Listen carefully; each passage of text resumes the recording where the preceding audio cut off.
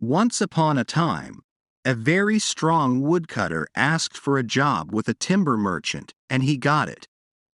The pay was excellent, and so were the work conditions.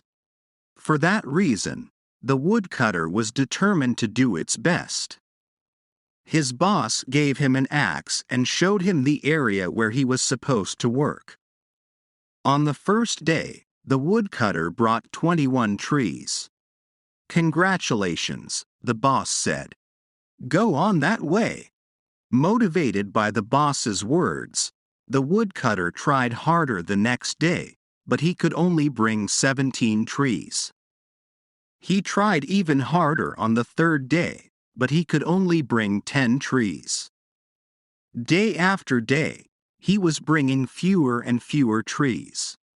"I must be losing my strength," the woodcutter thought. He went to the boss and apologized, saying that he could not understand what was going on. "When was the last time you sharpened your axe?" the boss asked. "Sharpen? I had no time to sharpen my axe. I have been swamped trying to cut trees." Moral of the story: this is one of those inspirational stories meant to teach us about working smarter. Even if you're the hardest working student in your university, you'll still fall behind if you're not smart about your decisions.